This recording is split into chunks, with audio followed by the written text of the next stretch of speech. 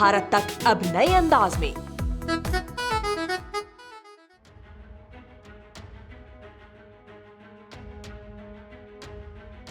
Coonoor helicopter हादसे में general Bipin Rawat के निधन के बाद सरकार जल्द ही अगले चीफ ऑफ डिफेंस स्टाफ की नियुक्ति के लिए प्रक्रिया शुरू कर सकती है। मौजूदा सेना प्रमुख जनरल एम नरवणे अगले चीफ ऑफ डिफेंस स्टाफ यानी सीडीएस बनने की रेस में सबसे आगे हैं। नए सीडीएस की नियुक्ति को लेकर कई सेवानिवृत्त सैन्य कमांडो ने कहा है कि जनरल नरवणे को शीर्ष सैन्य पद पर नियुक्त करना समझदारी होगी, क्योंकि वो 5 महीने से सेना अध्यक्ष के रूप में सेवानिवृत्त हो रहे हैं। चलिए अब आपको बताते हैं कि नियुक्ति के लिए कैसे तैयार होगा पैनल। दरअसल सरकार नए सीडीएस की नियुक्ति के लिए एक छोटा पैनल तैयार करेगी, जिसमें सेना, नौसेना और वायुसेना के वरिष्ठ कमांडर शामिल होंगे। अगले 2 से 3 दिनों में तीनों सेनाओं की सिफारिश के आधार पर पैनल को अंतिम रूप दिया जाएगा और फिर इसे रक्षा मंत्री राजनाथ सिंह के पास मंजूरी के लिए भेजा जाएगा।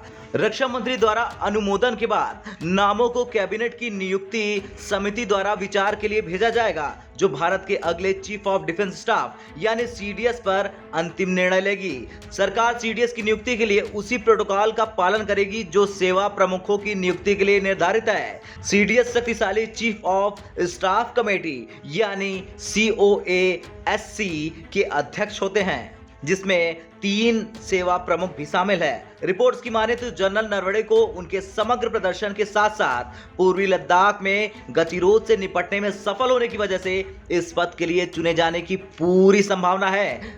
थल सेना प्रमुख नरवणे अगले साल अप्रैल में सेवानिवृत्त होने वाले हैं। इतना नहीं, जनरल नरवणे तीनों सेना प्रमुखों में वरिष्ठता के लिहाज से भी सबसे ऊपर है। IFA प्रमुख air chief marshal VR Chaudhary और नौसेना प्रमुख एडमिरल R हरिकुमार ने 30 सितंबर और 30 नवंबर को अपने अपने पद संभाले थे।